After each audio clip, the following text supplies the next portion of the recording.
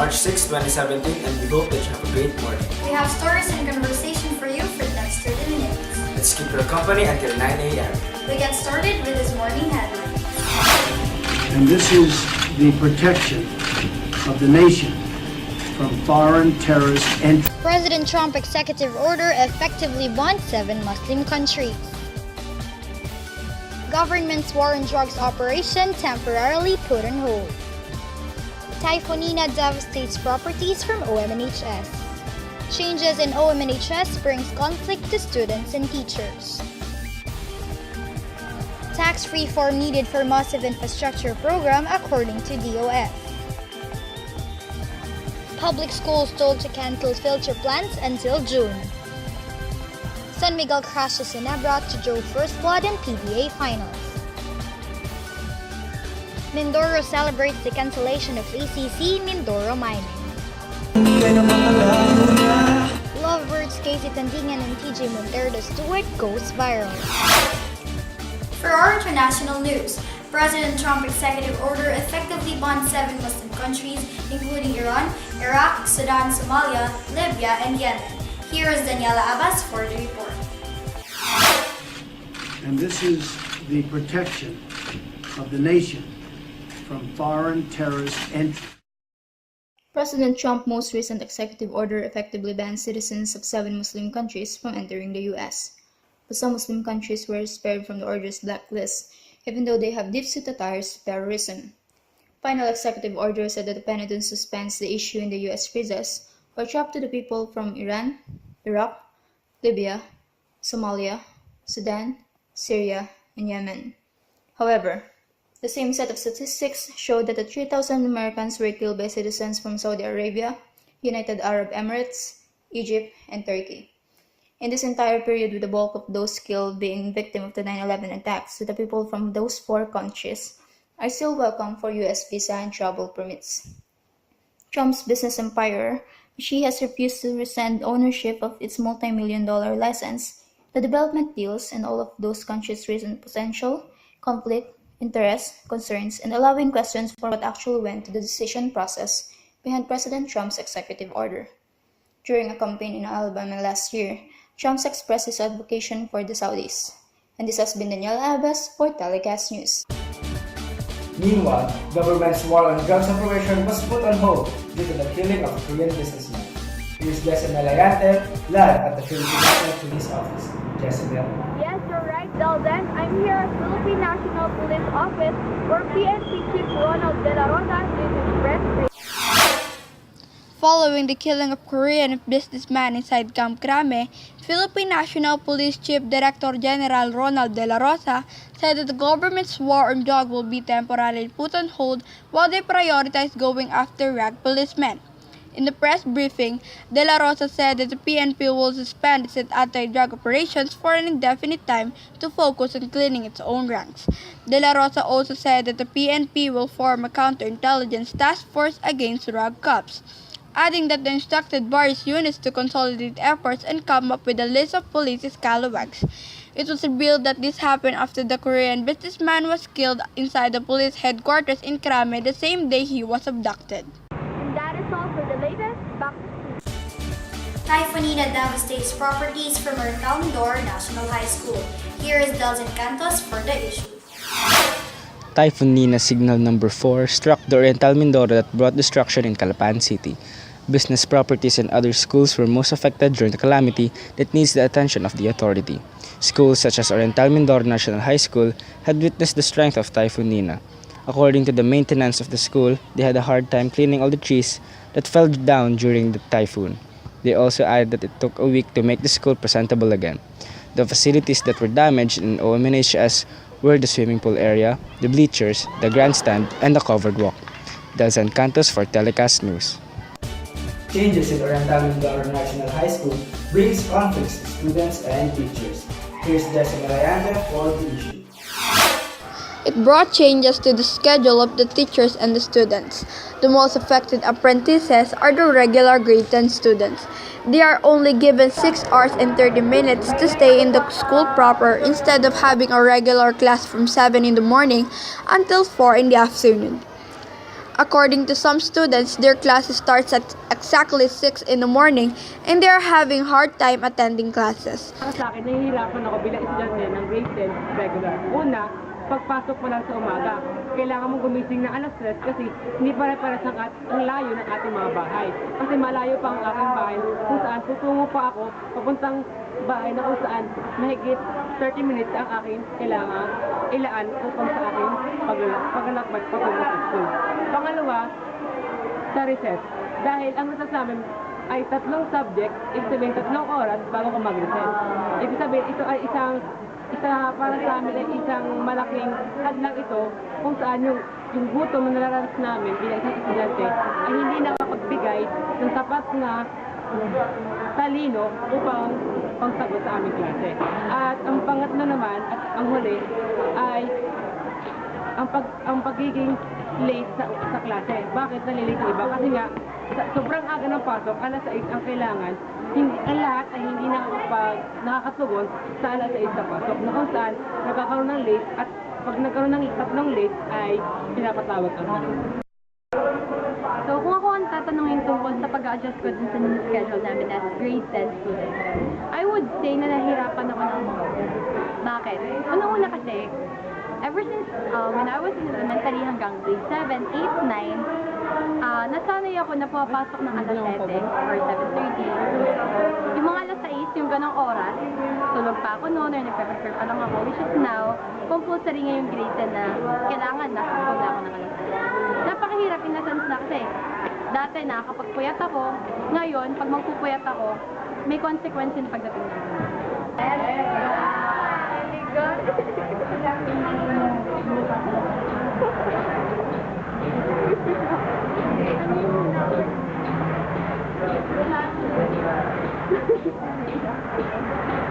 On the other hand, these changes also affects teachers because of their tight schedules and their load classes.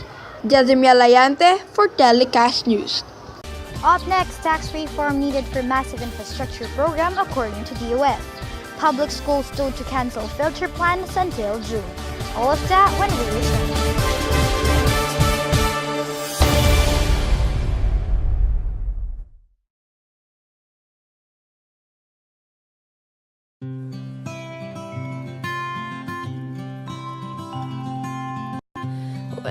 Story to hear.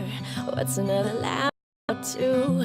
What's another tick on the clock when it's magic shared by you? What's another smile to give? What's another kiss or two? What's another line to say when it's love shared by you? A cup in hand, you know it's worth your while. A cup in hand, can you just stay for a while? Let minutes turn to moments. Let's sip, let's share. It all starts with a Nescafe. So we can feel forever, yeah, feel together, be real together. No one can stop me when I taste the feeling. Nothing could ever bring me down. No one can stop me when I taste the feeling. Nothing could ever bring me down. Here we go. Taste the feeling.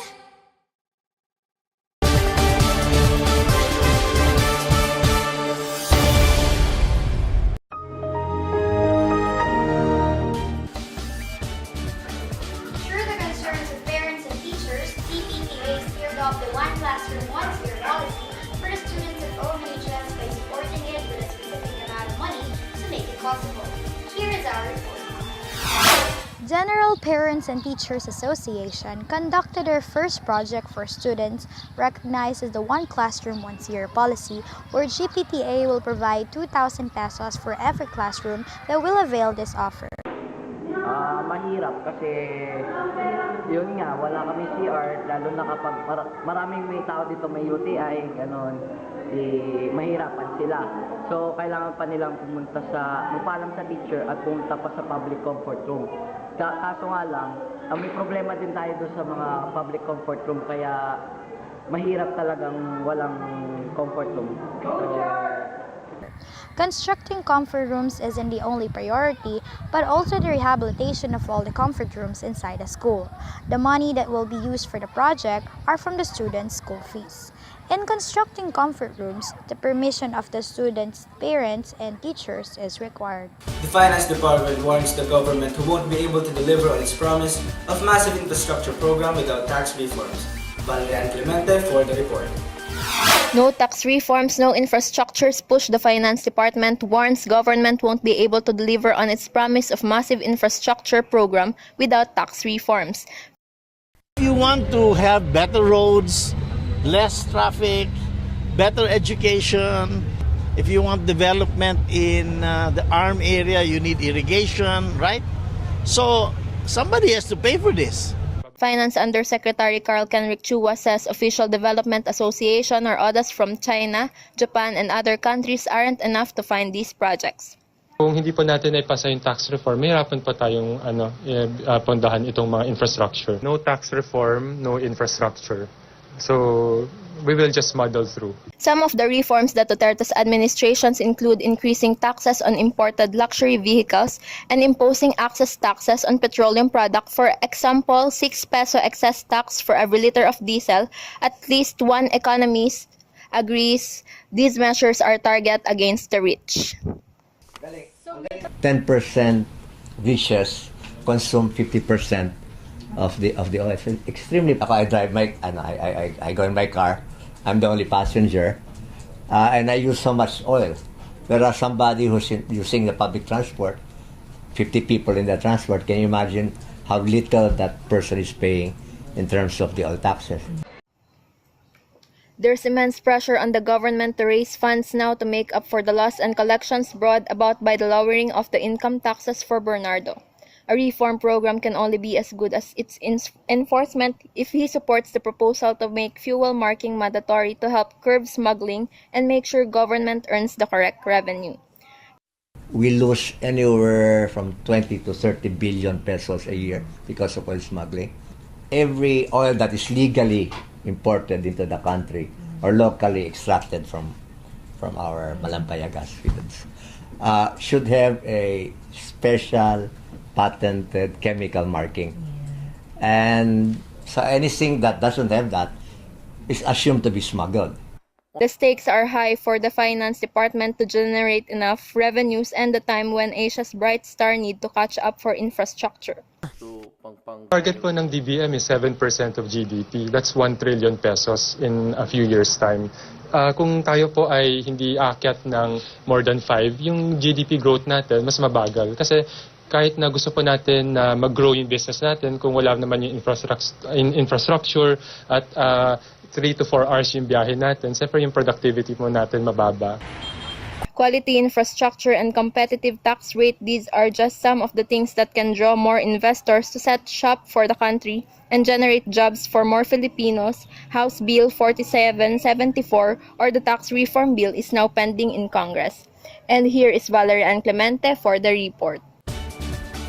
Department of Education decided to temporarily hold filters in all public schools for the rest of the school year to allow for review of existing policies covering educational exertions and FAFSA. Here is Valeria and Clemente for the details. The Department of Education has also decided to temporarily stop field trips in all public schools for the rest of the school year. According to the department in a statement, the moratorium, which will last for 3 to 4 months or until June 2017, will also give DepEd officials time to harmonize implementing details of the regional policies and guidelines on field trips. Education Undersecretary Jesus Mateo said that the decision was reached in consultation with regional directors in a meeting with Education Secretary Leonor Briones, following February 20 bus accident that killed 15 college students on their way to the camping trip in Tanay Rizal. Valeria and Clemente for Telecast News. Up next, San Miguel crushes Ginebra to draw first blood in PBA final. Lovebirds Casey Tandingan and TJ Montero's duet goes viral. All of that when we return.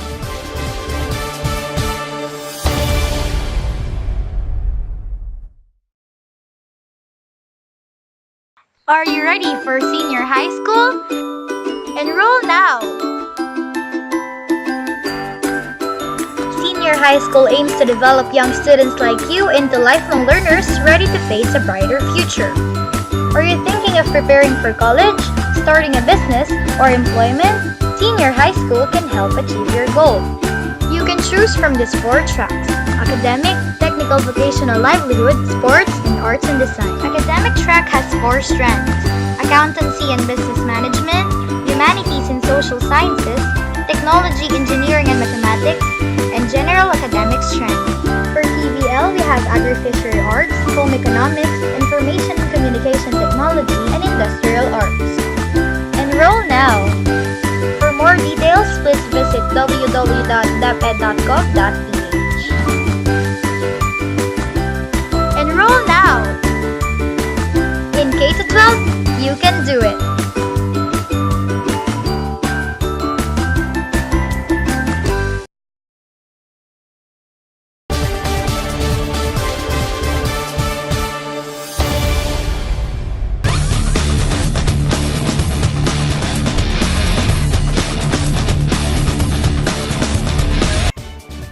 San Miguel stepped on the gas pedal early and destroyed Ginebra 105-74, draw first blood in 2017 PBA Philippine Cups final on Friday at Mall of Asia Arena.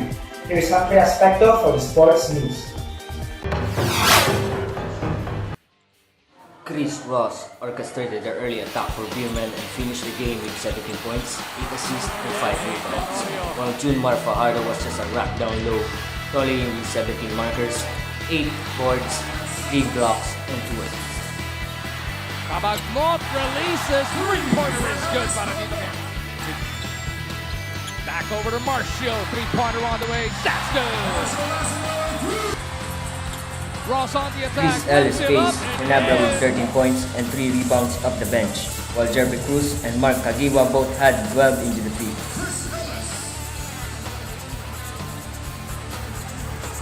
Santos on the attack, goes high off the glass. The next game will be held at the Quezon Convention Center in Sena. Humphrey Davis Aspecto for the sports action. Charlene in for that layup. Due to the recent cancellation of environmental compliance certificate of Nicole project, faculty members and students from the said schools will gather to celebrate the recently concluded battle to the threats of Mandora mining. Here is Daniella Abbas, live with the Governor of Council of Knowledge and Nation. Daniella? Yes, Charlene, we're live here inside the Governor Alfonso Mali Senior Gymnasium, where the Secretary of DNR, Ms. Gina Lopez, just arrived to join the celebration about the recent cancellation of the environmental compliance certificate of Mandora mining. Recently, the DNR announced canceling the ECCs of the nickel extraction of Index Resources Philippines Incorporated in towns of Victoria, Pola, Socorro, in Oriental Mindoro, as well as in Sablay and Occidental Mindoro. According to the DNR Secretary Gina Lopez, the ECCs were cancelled because the projects would have caused damage to the environment. She also noted that the Intex project in Mindoro was a near watershed, that's why they canceled the ECC. And these are the latest updates here. Back to studio. Daniela, are there any cases of injuries, damages, or stuff that happened there during the event? Fortunately, Charlene, there are no accidents like that happened here, and we are hoping that that case won't happen. Charlene?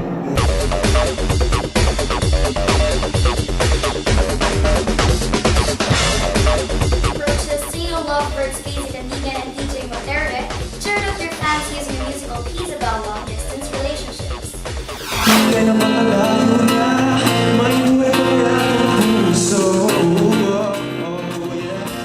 DJ Montero dropped his new song called Ikaw at Ako Pa Rin, a collaboration with his new girlfriend, Casey Tandingan. The song focuses on the ups and downs of their relationship as they balance their work schedules to find time for each other. Finally, there are rainbows at the end they belt out in the song's chorus. TJ pinned his Facebook post that in the nature of their work, they are not always together and they often see each other. He also shared that there are times that they have misunderstandings, disagreements, and quarrels, but he said that always remember that love is powerful above all. Therefore, he concluded that there are no perfect relationships existing in the world. Their song managed to touch the hearts of Facebook netizens, especially those healing from the wounds of heartbreak and those in a long-distance relationship. It has reached 1.7 million views and 94,000 likes.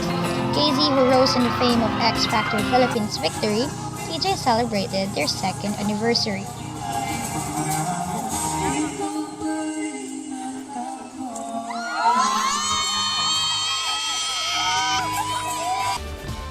Well, that is all for today's News Scoop. Thank you for watching Telecast News. I am Charlene Valenzuela. And Delzenth Cantos. Stay tuned with us to get the stories as they happen. Good morning.